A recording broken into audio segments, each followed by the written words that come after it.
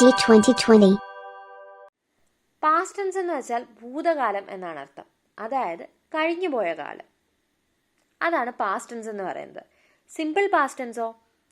Simple past tense നമ്മൾ use ചെയ്യുന്നത് കഴിഞ്ഞു പോയ കാലത്ത് നടന്ന ഒരു സംഭവത്തിനെ കുറിച്ചോ അല്ലെങ്കിൽ ഉണ്ടായിരുന്ന ഒരു കാര്യത്തെക്കുറിച്ചോ സംസാരിക്കാൻ വേണ്ടിയിട്ടാണ്. ഓക്കെ, ഒന്നുകൂടെ പറഞ്ഞുതരാം.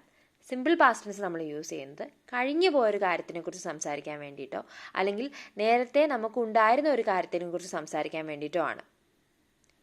ഉദാഹരണത്തിന്, ഞാൻ ഇന്നലെ സ്കൂളിൽ പോയി. ഇത് ഇന്നലെ കഴിഞ്ഞൊരു കാര്യമാണ്. ഇന്നത്തെ കാര്യമായിട്ട് അതിന് യാതൊരുവിധ ബന്ധവുമില്ല. ഇന്നലെ അത് കഴിഞ്ഞു. ആ സംഭവം ഇന്നലെ കഴിഞ്ഞു, ആ പ്രവൃത്തി ഇന്നലെ കഴിഞ്ഞു. അപ്പോൾ അങ്ങനത്തെ കാര്യങ്ങൾക്ക് വേണ്ടിയിട്ടാണ് നമ്മൾ സിമ്പിൾ പാസ്റ്റ് ടെൻസ് യൂസ് ചെയ്യുന്നത്. ഇപ്പോൾ നടന്നുകൊണ്ടിരിക്കുന്ന കാര്യങ്ങളെക്കുറിച്ച് പറയാൻ വേണ്ടിയിട്ടല്ല, പക്ഷേ ഇന്നലെ അല്ലെങ്കിൽ നേരത്തെ, ചിലപ്പോൾ അത് 500 വർഷങ്ങൾക്ക് മുന്നേ ആകാം, അല്ലെങ്കിൽ ഒരു ദിവസത്തിന് മുന്നേ ആകാം, അല്ലെങ്കിൽ ഒരു അരമണിക്കൂർ മുന്നേ ആകാം. കഴിഞ്ഞു പോയ കാര്യത്തിനെക്കുറിച്ച് സംസാരിക്കാൻ വേണ്ടിയിട്ടാണ് നമ്മൾ സിമ്പിൾ പാസ്റ്റ് ടെൻസ് യൂസ് ചെയ്യുന്നത്.